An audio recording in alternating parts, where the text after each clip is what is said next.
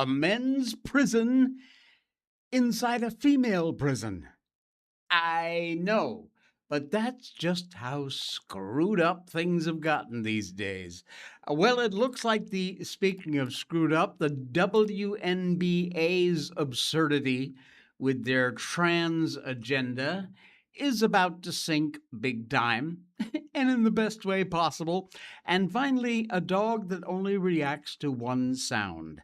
Actually, I think I have a dog like that too, but we'll talk about it. Welcome to the Jay Sheldon Show. It's a Monday. Oh boy, Monday. The weekend was an adventure. I hope yours was great. We are live on Rumble and YouTube. If you wouldn't mind, please hit the subscribe button on YouTube, the follow button on Rumble, same thing, and costs nothing, helps the show out. We don't have a marketing budget here, so anything you can do to help us, we really appreciate that, and thank you. All right, let's jump right into it, shall we? This is one of the loony-toony things I've heard in a while. Dueling court orders created a men's prison within a woman's federal prison. I know, you need a scorecard. Male inmates claiming to be female are trying to get full integration with women. Now, you know why. Please, let's just be honest, shall we? But dueling court orders regarding men who claim to be women serving time in federal prison have now resulted in the Department of Justice creating a sex-segregated wing in a women's prison to house the men who claim to be women. Through the Bureau of Prisons, the Justice Department is trying to transfer every male inmate claiming to be female in the country to one female-only prison. Federal Medical Center, Carswell, Fort Worth, Texas, after one federal judge blocked an executive order to remove trans-identifying men from female prisons, which makes sense, and another federal judge, another one, ordered the men to be segregated from the women. Again, during the idiotic Biden admin, an inmate that claimed to be transgender could be placed in a facility meant for the opposite sex. In prison, as most situations are sex segregated, men are now being allowed to serve their time in female prisons, and they don't have to put on a wig and lipstick and have a dress. All they have to do is claim to be female. That's it. Could look like me. Oh, I'm a woman. Okay, you go to a woman's prison. Trump attempted to stop this bullshit through an executive order. Shortly after, males being housed in female prisons sued. Really, you're in prison. Shut the fuck up. Sued to block the enforcement. D.C. District Court Judge Royce Lamberth, a Reagan appointee, so he's been around a long time, and Jane Doe versus Blanche. Well, that judge agreed. Stopped the transfer of the 14 male inmates to male prisons. Ay, ay, ay, ay, ay. The injunction does not, at this juncture, require the plaintiffs be housed alongside cisgender females inmates or share common spaces. You know, at this point, I don't even remember what this whole cisgender whatever bullshit is. Honestly, we got too many titles of it out there. Same time, another federal lawsuit, Fleming versus Rule, filed by FMC Carswell inmate Rhonda Fleming, asking that the male inmates be removed from general pop for her protection. as under the Biden admin, biological male inmates have been placed in the prison. Biological Christian, Jewish, Muslim women forced to shower and share other intimate facilities in violation of their bodily privacy rights with male inmates. According to, according to the filing, there were over 20 male inmates at FMC Carswell alone at the time, adding a lot of those male inmates were incarcerated for, get this, violent acts against women and children, including rape, child molesters, domestic abusers. The prison officials allow these male inmates to intimidate women in line for meds and meals and assigned cells. It's just a no-go, folks. Texas federal judge Sidney Fitzwater, another Reagan appointee, ultimately signed a protective order partitioning the men into separate floors of the facility so they cannot interact with the women. It's being described as a men's prison inside a women's prison. Fleming, class of other female inmates, granted relief by being moved to other prisons. The intent of the Bureau was to move all male inmates to the federal prison system at Carswell, and it causes the same problem for the rest of the female inmates.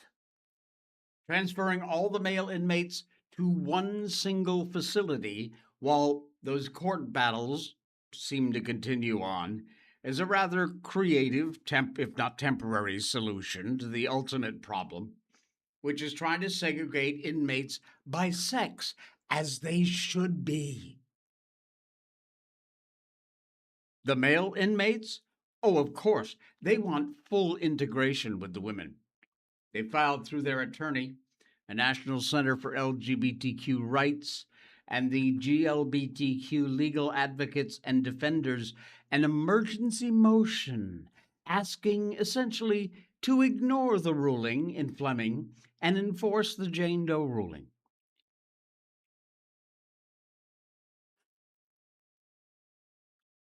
The trans-identifying men in the separate unit at Carswell are now claiming that their gender dysphoria is increasing because they're separate from the other women. Maybe that's because you ain't a woman, pal. The problem is the trans-identifying men have always complained about is that they're abused by the male prisoners. Now they're complaining about not being with women.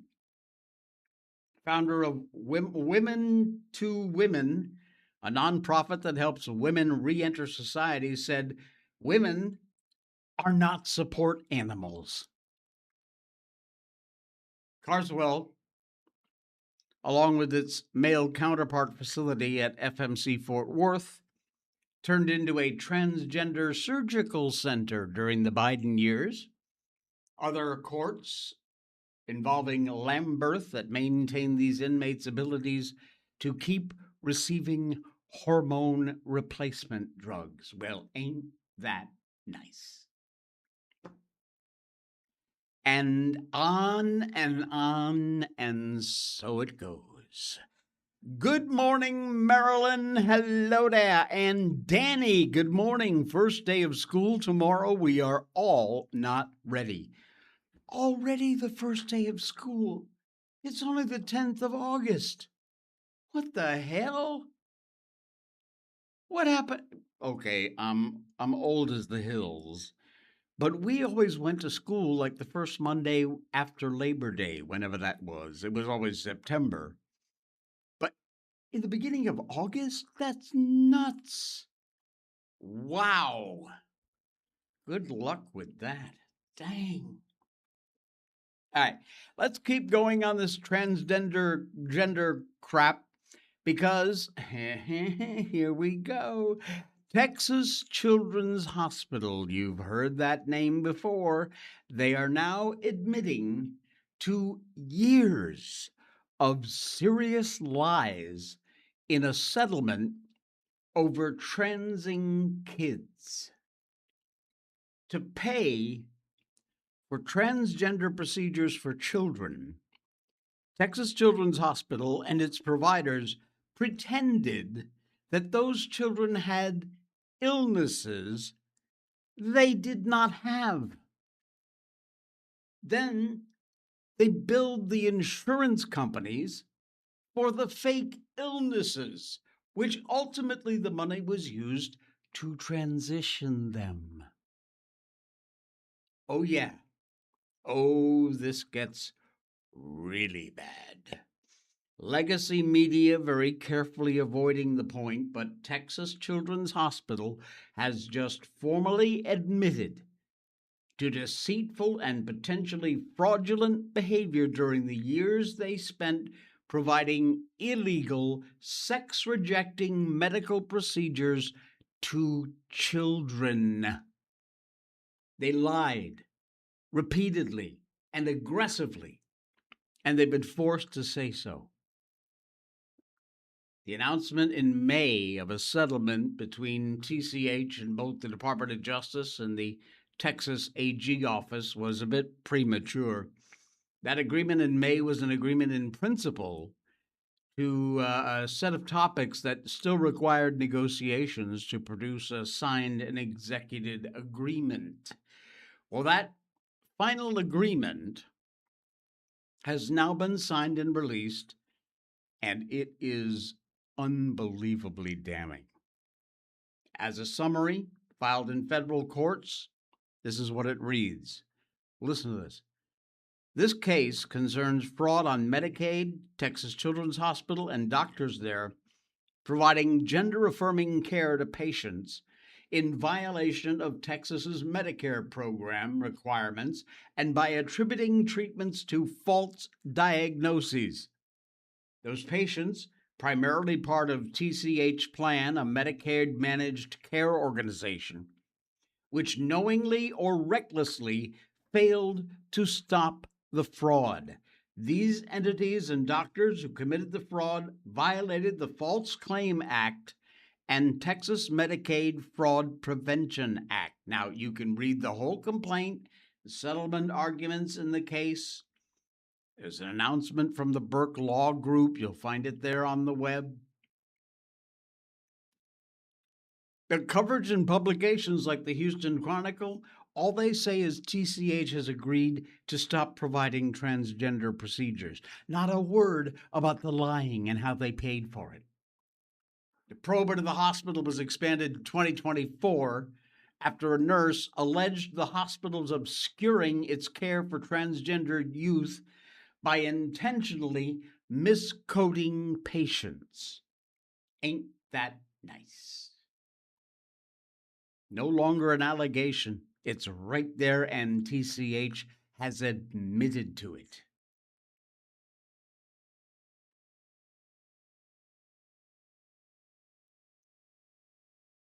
According to an open detransition clinic, which provide medical treatment to children mutilated by sex-rejecting procedures.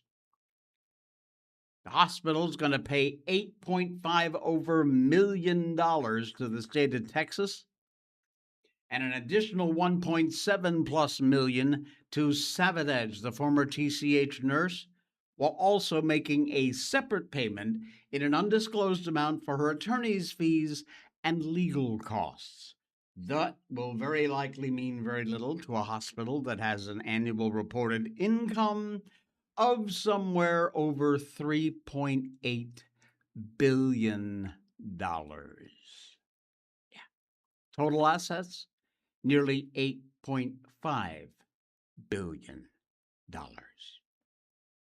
That settlement sends an unmistakable message. If you put radical ideology over our children's health, the Texas Attorney General Ken Paxton said, "We will go after you." Good. Lock 'em up. Throw away the key. Danny in the chat, our little town here building a new elementary. So short summer this year. Next year, we go back after September so they can finish up the school. So they're making up for it. Oh, okay. Well, that would explain it. It's still too damned early. We're also in a super El Nino this year. So I guess it's okay as the weather's been awful, right, Maryland? To terrible severe storms, tornadoes all summer, and not as hot as it usually is. Sorry, I can't relate because the weather here is basically hot and hotter. And then we have rainy season and not rainy season, and then that's it. So, anyway, yeah. Oh, man. Hey, you remember I told you the story a few weeks ago, actually, about these idiots at the Daughters of the American Revolution who were trying to say you don't have to be a woman to be a member. These freaking idiots, I swear to God. At least it's entertaining, you know? Well, now the president has squashed yet another attempt to preserve the organization's female only charge. Look at this dork. Looks more like a man than a woman. Did I say that? Latest letter, DAR president reassures that the organization's betrayal of its female centric mission and the members who care about it will continue. Women fighting to protect the National Society, Daughters of the American Revolution, female only membership got another blow this week after the DAR President General Ginny Sebastian Storage refused chapter's request for a special session to vote on the definition of a woman. Oh, that would have been a vile one. August rejection, published to the DAR members' website, distributed to members by at least one state regent, suggests that DAR national leadership, led by Storage, is committed to accommodating men at the expense of its members, including thousands that left over this exact argument a year ago because they completely abandoned their female centric mission. So thousands of members said, "See ya, bye bye." Previous attempt to limit membership to born female got defeated 1481 to 984 at the 135th Continental Congress of the DAR in Washington. Man. The Daughters of the American Revolution. But you can be a man. Okay. Okay, fine. Look, at least it's entertaining, okay? All right, let us tell you about the good folks at Blackout Coffee. It is what is in this cup. And it's just that good. Blackout Coffee, it's all done in house. It's an American company. John Santos and the gang over there, fantastic people to work with. They really, really do care about creating this best premium coffee you can buy. They source premium grades green coffee beans. They're graded at 80 points or above on a 100-point scale. Specialty coffees that are grown at the perfect altitude, right time of year, in the right soil, right temperature, and harvested at exactly the right moment. They work with local co-ops and American farmers to grow these beans. High quality coffee. They've got a very strict adherence to their small batch roasting process. That means, there's not gobs and tons of beans going into the roaster. They only roast your beans after you place your order.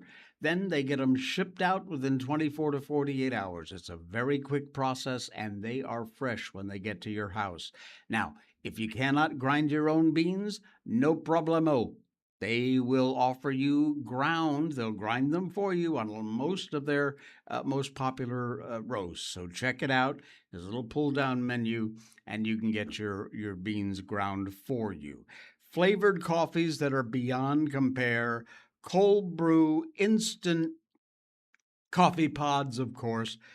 Blackout coffee is just simply the best. It's all we drink in this house, and it's all we will ever drink. Sponsor or no sponsor, doesn't matter. It's just that good. Use the link down there in our description and get yourself 20% off your first order if you use the code J20, JAY20. Also, of course, at Blackout Coffee, they are always having specials and deals and X% off over there, so you always find yourself a great deal. And finally, don't forget their coffee subscriptions. You get signed up for that, you get discounts, you can change your flavor whenever you want, and you will never run out of coffee, which is a fantastic thing. Blackout Coffee, it's all done in-house, and it is all delicious. Thank you, John Santos and the great gang at Blackout Coffee. Well, in yet another piece of ridiculous entertainment, it looks like the WNBA's absurdity is just about to sink the entire transgender movement. You know, Rush Limbaugh, rest his soul, had a saying to explain how he would drive a point home about the left that perfectly applies to what we're seeing today in the WNBA. He said that sometimes you have to illustrate the absurd through absurdity.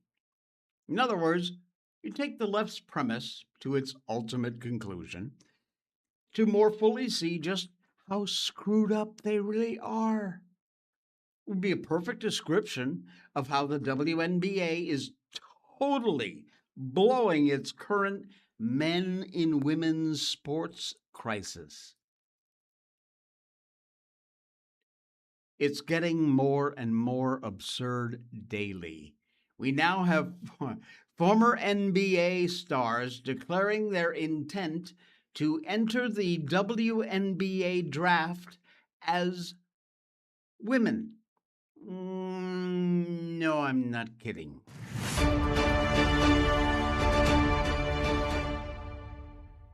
After careful consideration and reviewing the current eligibility guidelines, I am officially declaring myself a WNBA prospect. If simply declaring who you are is all that's required, then I meet every single requirement necessary to compete in the WNBA. My team and I have carefully examined the WNBA's eligibility criteria and governing framework surrounding self-identification and inclusion. Based on the current guidelines, I can and am officially declaring my eligibility for the upcoming WNBA draft in May 2027. I am definitely not here to mock, make fun of, or disrespect any community or personal choices. I am simply asking that the current rules be applied equally to everyone. The rules that represent the very values many WNBA players and coaches have publicly advocated for. My team and I are prepared to ensure these guidelines are applied equally, consistently, and without exception. And I look forward to the WNBA honoring its stated principles.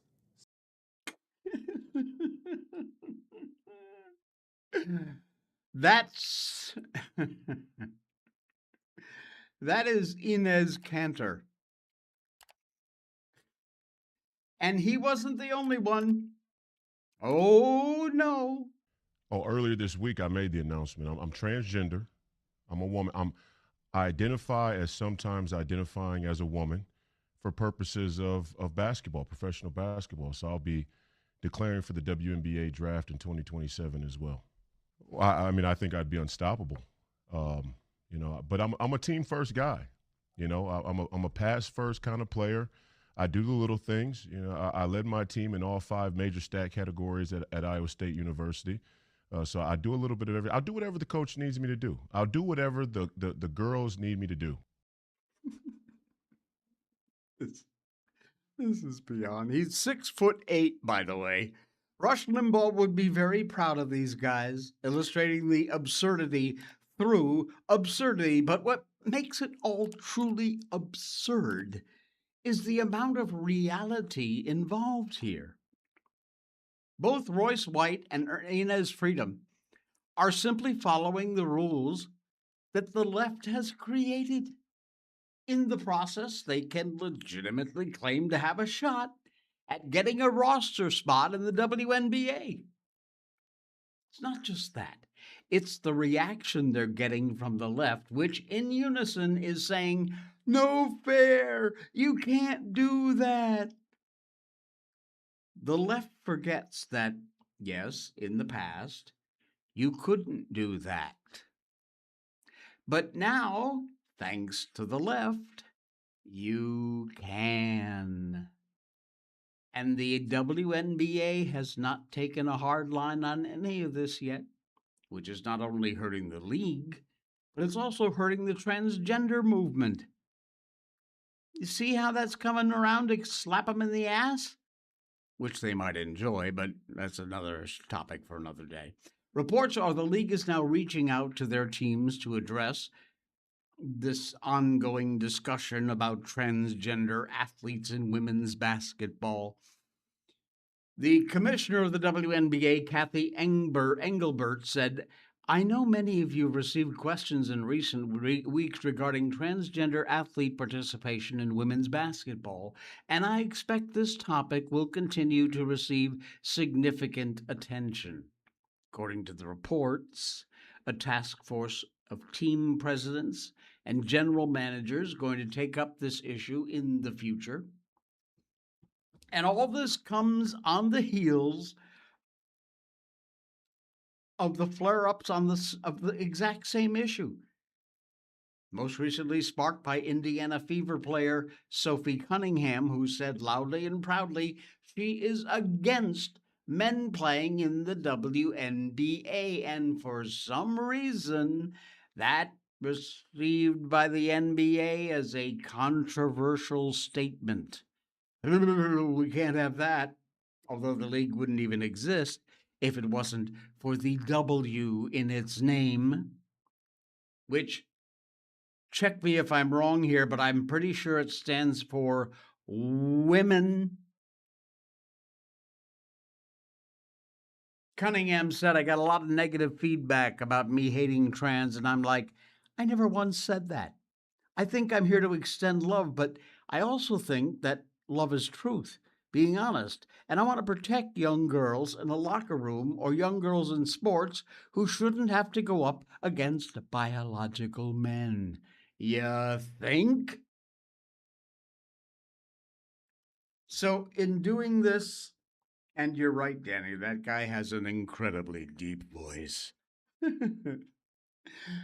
They're just screwing themselves. Not only that, but frankly, they're screwing the entire transgender movement.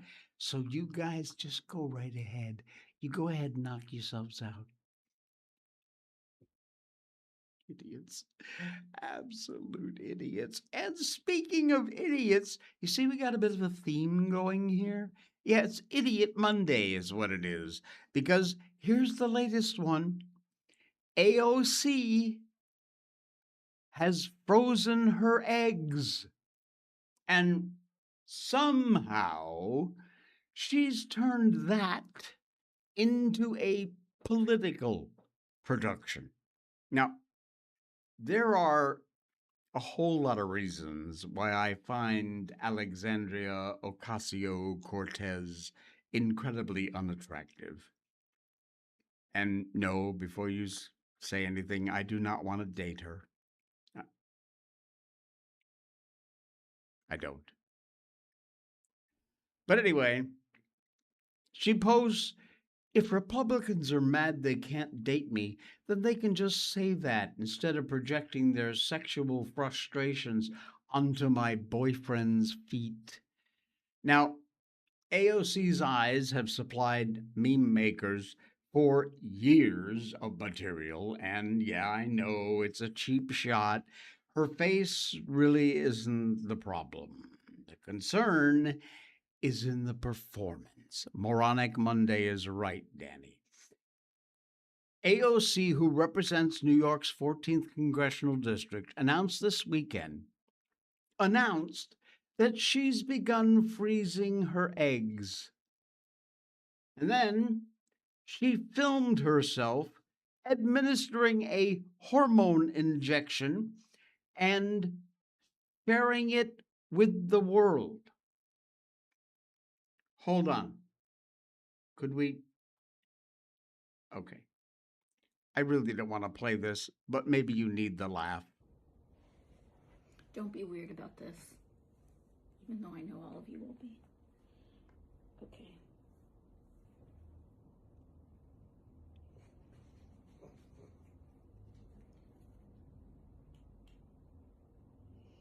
Ew. Okay. You know what? No. Stop. I don't want to see that. That's disgusting. Anyway, she has an absolute gift for making herself the centerpiece of whatever cause happens to be on stage at the time. In 2021, she wore this white, you remember that tax the rich gown to the Met Gala? A House ethics panel later found she failed to fully comply with the gift rules.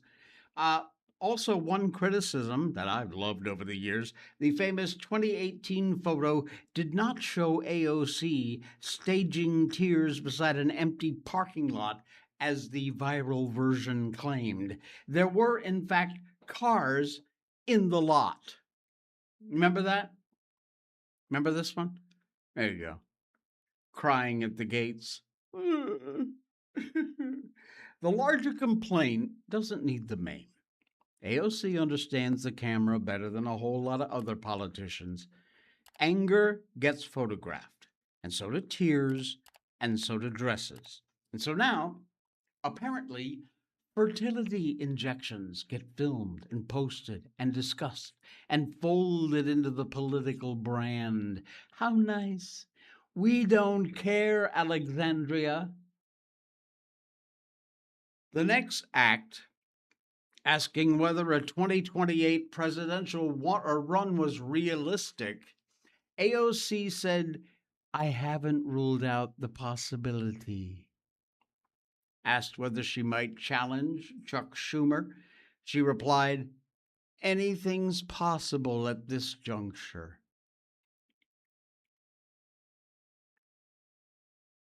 Maybe the eggs are about family. Perhaps 2028 is just an ambition. She can have both thoughts in her head at the same time, although it is AOC. Maybe not while chewing gum. What wears me out is this constant conversation of private life folded into your public content, and then a lecture about why the rest of us should regard this spectacle as having some sort of meaning. AOC, you're free to freeze your eggs, run for president, challenge Schumer, post the shots, wear the dress, narrate every minute of it if you want. And I am free to find the whole production nothing but moronic and exhausting.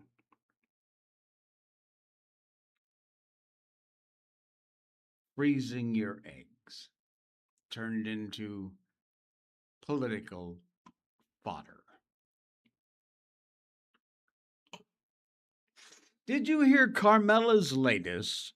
Speaking of potential runs for president again, this woman has to she has to have completely lost her mind, I swear to God.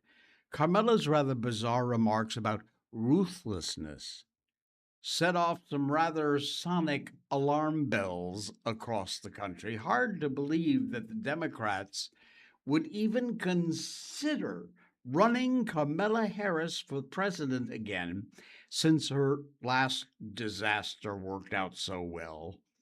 Not only did Trump clean her clock, getting even more popular vote, but he also beat her in all the swing states. Plus, she spent and lost a a shit ton of money in an absolute futile cause. By some estimates, $1.5 billion. Polls have got her up for 2028. I'm all in. Absolutely. Go. Do it. Yeah, couldn't be better. That'd be great fun to watch this witch go down in flames again. I cannot wait. Does sound like she's gearing up for it with her current statements. She was the keynote speaker in New Orleans at the Masquerade Sneaker Ball on Friday. Masquerade was perhaps the right word to use because she tried to instruct people on ruthlessness. Now, this audio is a bit odd, but listen closely. Just listen. And as I travel the country, people are saying, we want our leaders to fight. They don't want leaders who are stuck supporting a broken status quo or backed by millions of dollars in dark money. They want leaders who have moral conviction and know how to fight. And in this fight, I say, we start by getting comfortable with some things, including having a certain kind of ruthlessness. Now, I don't mean ruthlessness like the cruelty they show. I mean the kind that is uncompromising in its impatience with injustice, that shows no mercy for corruption, that fights back hard when they threaten the power of the people. All righty then. She spoke about standing up to a broken status quo. You mean like the mess that we had under you and Joe Biden? Is that what you mean? She spoke about millions in dark money. Yeah. The Democrats, sorry to break the news to you, the Democrats are wallowing in dark money, okay? She spoke about knowing how to fight. Well, some reminded her that in 2024, she wasn't even able to clearly state anything she'd do differently than Joe Biden. Remember that? Not a thing comes to mind, she said at the time. Yeah, very nice. Harris capped it off by saying the Democrats had to get comfortable with adopting a certain ruthlessness. Are you kidding me? I'm sorry. Can we say inciting? Yeah. She's watched the Democrats have done over the last 10 years to Trump. Heard about the assassination attempts. Any of this familiar with you, Carmi? How about what happened to Turning Point USA co-founder Charlie Kirk? Remember that one? That's just a few things. There are so many, many more. She tried to redefine the word into something that sounds more like being uncompromising, but that's not what that means. And that's not how it would be taken. That fights back hard when they threaten the power of the people.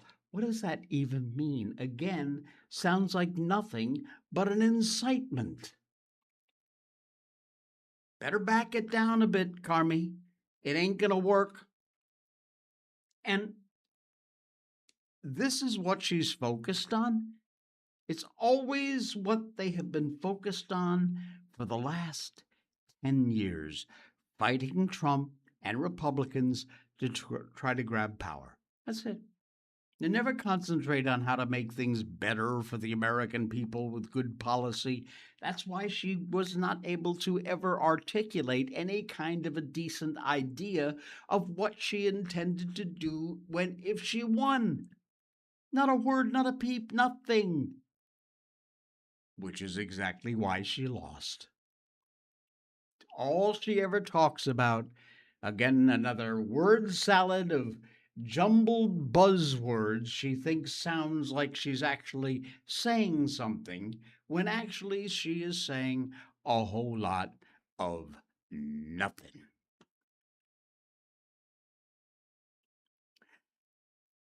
As you heard, Danny's getting ready to send the kids back to school already, although it's kind of a unique situation. But there's, for a lot of kids, only 1 month left for families of the maybe actually less. Great article here from the Federalist. If you have time or you're thinking maybe we ought to take one last summer trip, what historic American sites should you visit and what should you skip before the summer's over? Trying to fit in a few last America 250 field trips before school starts, the Heritage Guide to Historic Sites. Little guidance, special report summarizes the findings. Look it up. It's online. You can check it out. The guide pinpoints and evaluates places that form the American character, including battlefields like Gettysburg and Antietam, Independence Hall, National Constitution Center, homes of authors and architects, poets like Mark Twain, who lived in my state in Connecticut, Frank Lloyd Wright, Edgar Allan Poe. Every one of those places has an incredible and very unique story to tell. Tales a lot of us don't remember or we've never heard them. All different chapters in our great American story. Unfortunately, not all these sites offer any informative or even toned experiences. They're lacking any pertinent information, relevant material. Their tone is a little weak. According to each site, they get an A, which is a good, B, mixed, or C, poor grade. Ouch. Not so good. But they've actually ranked them. And again, you know what? Let me do this. I will put this in the chat on Rumble. Wait, where are we on Rumble? Hello, Rumble. Where'd you go? There we go. I'm going to put the link to this article there. And did it go? There we go. All right. There is a link in the Rumble chat. So if you're watching on YouTube, switch over to Rumble. You'll see it's about the 2142 mark or 942 mark. And check it out. It ranks all these different places, all these historic spots that that you can visit and should, and know which ones not to, so you don't waste your time.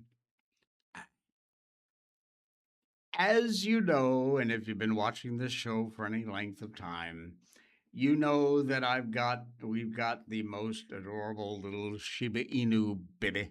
She's 6 years old. By the way, she's gotten very fat. She is fat. No, she's not put on a little weight. She's fat. I'll try and get a picture, get it on the show here for you so you can see her. She used to come in the studio, but now she's a bit timid. So anyway, she is almost exactly like this golden retriever I found, who apparently only recognizes one noise. Take a look.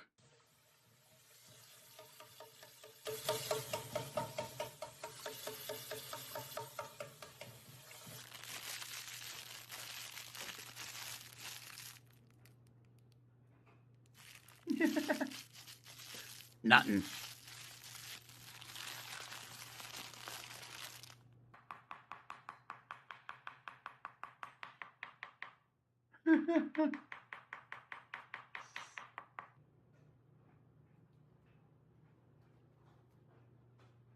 What is the sound this dog can't resist? Here it comes.